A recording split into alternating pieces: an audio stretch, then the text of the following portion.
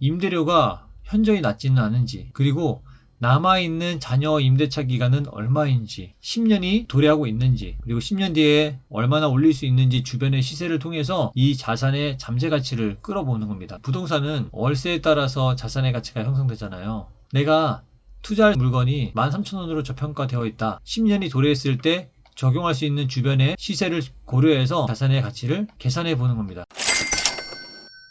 상가 임대차 보호법 힘들어요. 이해하기 힘들어요. 자꾸 외워야 할 것만 같고 내 얘기가 아니니 집중이 안 돼요. 그래서 법무부에서는 만화로까지 만들었어요. 네, 역시 모르겠어요. 법이라는 것이 모르면 우리한테 손해잖아요. 내 권리를 주장하지도 못하고. 그렇다고 이 간단한 거를 변호사에게 자문하기도 불편하고 말이죠. 그래서 준비했습니다. 상가 임대차 보호법, 줄여서 상임법은 여러 가지 내용을 가지고 있지만 투자하는 우리들이 알아야 할 항목들에 대해서만 뽑아서 말씀을 드리도록 하겠습니다. 이 영상 보시면요, 우리가 투자할 때 어떤 부분을 참고해야 하는지 내용에 대해서 정리를 했으니까요, 이 영상 보시고 도움 되시기를 바라겠습니다. 상가 임대차 보호법을 설명드리기 전에 기사들을 뽑아왔는데요. 공실이 늘고 있는데 임대료를 그대로 버텨야지 이득이다 라는 첫 번째 기사가 있고, 공실률이 가장 많은데 건물주들은 임대료를 깎아도 문제가 된다. 그리고 오히려 공실로 두겠다라는 건물주들, 이런 기사 내용들이 있는데요. 이 세 가지 기사의 공통점은 임대인들이 공실임에도 불구하고 임대료를 깎지 않겠다라는 거죠. 그 이유가 오늘 말씀드릴 상임법과 무슨 연관이 있는지 계속 설명을 드리도록 하겠습니다. 그렇다면 상임법은 모든 건물에 동일하게 적용될까요? 상가 임대차 보호법은 지역별로 정해진 보증금의 일정 기준 이하일 경우에만 적용이 되겠습니다. 다시 말해서요, 서울이냐 국제권역이냐 지역이냐에 따라서 보증금액이 9억, 6억, 9천, 5억, 4천, 3억, 7천 이하일 경우에만 임대차 보호법이 적용된다라는 거죠. 보증금 외에 차임, 다시 말해서 월세가 있을 경우에는 월세다가 100을 곱하여서 보증금과 합산한 값이 옆에 기재되어 있는 보증금액보다 작을 경우에 상가 임대차 보호법이 적용된다라고 볼 수 있겠습니다. 대부분의 소상공인 임대차 계약에는 적용이 될 거예요. 예를 들어서 서울 같은 경우에 보증금 9억이잖아요. 9억이라는 것은 보증금 1억에 800만 원 월세, 800만 원에다가 100을 곱하니까 8억이 됩니다. 8억에다가 1억을 더했을 때 9억 이하까지는 적용이 된다는 거고요. 월세가 1000만 원이다 할 경우에는 임대차 보호법이 적용이 되지 않는 거죠. 다시 말해서 월세를 1000만 원 정도 내는 업체는 임대차 보호법을 적용할 정도로 영세하지 않다, 법에서는 판단하고 있는 것입니다. 지역별로 어떻게 나눠져 있는지 한번 보도록 하겠습니다. 말씀드렸던 과밀 억제 권역이 있고요. 성장 관리 권역, 자연 보호 권역이 있습니다. 우리가 언급했던 거는 과밀 억제 권역이었죠. 인천, 남양주시, 시흥 중에서 어느 부분은 제외가 되고 어느 지역은 포함되는 경우가 있습니다. 이 지역들에 대해서는 세부적으로 토지 이용 대장을 통하여서 참고하시면 좋을 것 같아요. 토지 이용 관리 계획에 대한 내용은 아래 댓글에다가 링크로 제가 남겨놓도록 하겠습니다. 임대차 보호법이 적용되는 보증금에 대해서 설명을 드렸다면은 임대차 보호법은 얼마나 보장이 되는지 한번 보겠습니다. 임차인의 계약갱신 요구는 10년을 초과하지 않는 범위에서 갱신할 수 있는 거죠. 그리고 임대인은 거절할 수 없다. 다시 말해서 임차인은 10년 동안 영업을 할 수 있겠습니다. 그리고 보증금에 대해서 증감 청구권이 있는데요. 보증금이 증액되고 감액될 수 있는지 보겠습니다. 임대인이 증액을 요구하는 경우에는 청구 당시의 차임 또는 보증금의 5% 범위 내에서만 증액을 할 수 있습니다. 반대로 감액할 경우에는 이 범위가 없어요. 다시 말해서 임차인과 임대인이 협의를 해서 감액을 해야 된다라고 하면은 보증금은 더 낮출 수가 있습니다. 이 5% 인상에 대한 부분도 궁금하신 분들이 많아요. 어떻게 인상되는 것이냐? 예를 통해서 설명을 드리도록 하겠습니다. 보증금이 5천만 원, 월세 50만 원이 있다고 가정을 해보자고요. 5천만 원의 보증금에 월세 50을 아까 100을 곱했을 때 보증금을 환산한 값이라고 했잖아요. 다시 말해서 1억이 되겠습니다. 5천에다가 5천을 더했을 때 1억이 된다. 이 1억에서 아까 5%를 증액할 수 있다고 했잖아요. 5%를 더했을 경우에 1억 500만 원이 나옵니다. 1억 500만 원은 이제 보증금과 월세로 나눠야 하잖아요. 보증금 5천에 나머지 금액 5,500만 원. 이거를 다시 월세로 바꾸기 위해서는 100을 나눠야겠죠. 100을 나누게 되면은 55만 원이 되겠습니다. 그래서 보증금 5천에 55만 원이 5%를 인상한 임대 조건이라고 볼 수 있겠습니다. 사례를 통해서 설명을 드리도록 하겠습니다.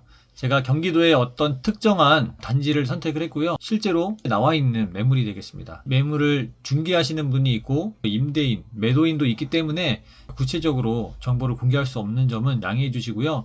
단순하게 참고를 위해서 보시면 좋을 것 같아요. 두 물건은 약간 다른 건물에 있긴 있어요. 근데 똑같이 대로변에 놓여있는 매물입니다. 왼쪽에 있는 거는 1억 9,500만 원이에요. 면적은 전용 면적 기준으로 60평입니다. 그리고 오른쪽은 매매가가 8억 5천이고요. 77평이에요. 근데 평단가를 한번 보시겠어요? 계약 면적 기준으로 216만 원. 여기는 얼마죠? 1,094만 원. 이 건물이 완전히 다른 곳에 놓여있냐?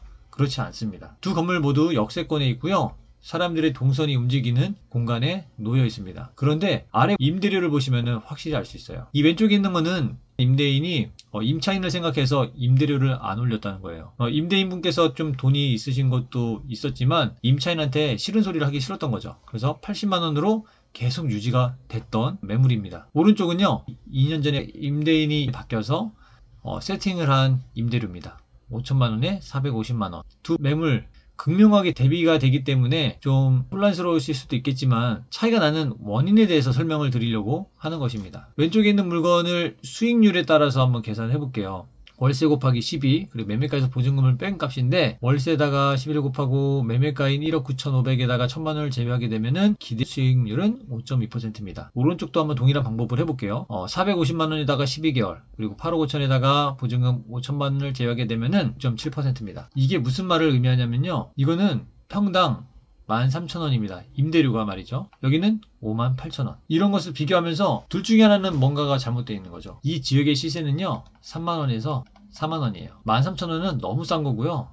57,000원은 다소 비싼 임대료라고 볼 수 있어요. 이렇게 많이 차이가 난 거는 왼쪽의 물건은 임대인께서 임대료를 많이 올리지 않으셨기 때문이에요. 지금부터 올리더라도 5%밖에 못 올려요. 84만원밖에 못 올려요. 3만원대까지 4만원대까지 올리기 어렵다라는 거죠. 왼쪽에 있는 물건은 임대를 7년 정도 주셨어요. 그래서 앞으로 3년은 남아 있습니다. 그래서 3년 뒤에 10년 동안 보장되는 임대차 보호법 기간이 종료가 되게 되면은 이 임대료는 현실화될 수 있겠죠. 그때가 투자자의 매수 포인트라고 할 수 있겠습니다. 자, 여러분들 오늘 말씀드렸던 내용, 첫 번째로 임대차 보호법은 임차인들의 권리를 위해서 만들어진 법입니다.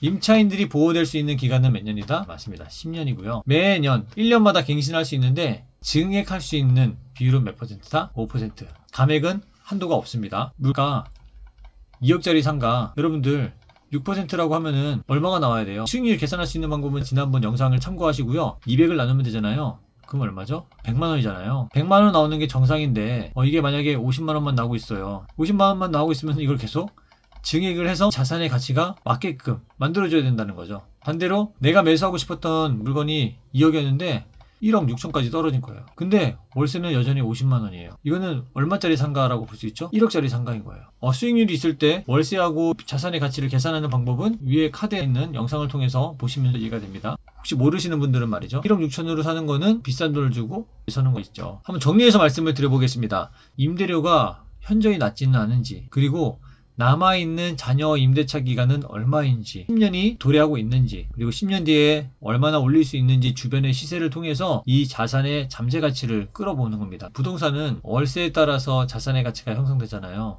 내가 투자할 수 있는 물건이 여전히 임대료가 올라가지 않고 있다. 13,000원으로 저평가되어 있다. 물건의 임대차 기간이 10년을 기준으로 얼마나 남았는지, 그리고 10년이 도래했을 때 적용할 수 있는 주변의 시세를 고려해서 자산의 가치를 계산해 보는 겁니다. 두 물건이 같은 면적이라고 생각해 보자고요. 그러면은 5만원, 만원, 두 개의 차이는 5배입니다. 자산의 가치로 하면은 400만원이라고 생각해 보자고요. 그러면 8억짜리 상가가 되는 거예요. 여러분들이 매수했을 때 2억에서 8억, 이 6억을 달성하지 못하게 하는 걸림돌이 되는 게 상가 임대차 보호법 이라고 볼 수 있죠. 이렇기 때문에 제가 뉴스를 통해서 설명드린 것처럼 건물주들이 임대료를 낮추지 않는 거죠.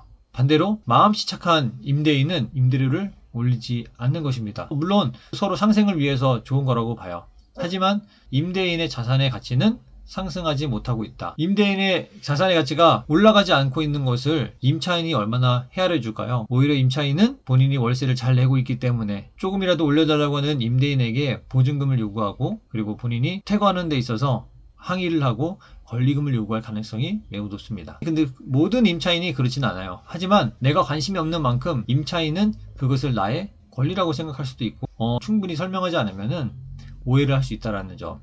오늘의 사례가 여러분들에게 도움이 되셨기를 바라고요. 저에게 궁금한 사항이 있으시면은 아래 고정되어 있는 댓글을 참고하시거나 저희가 질문을 남겨주시면 감사하겠습니다. 여러분의 성공적인 투자를 기원하겠습니다.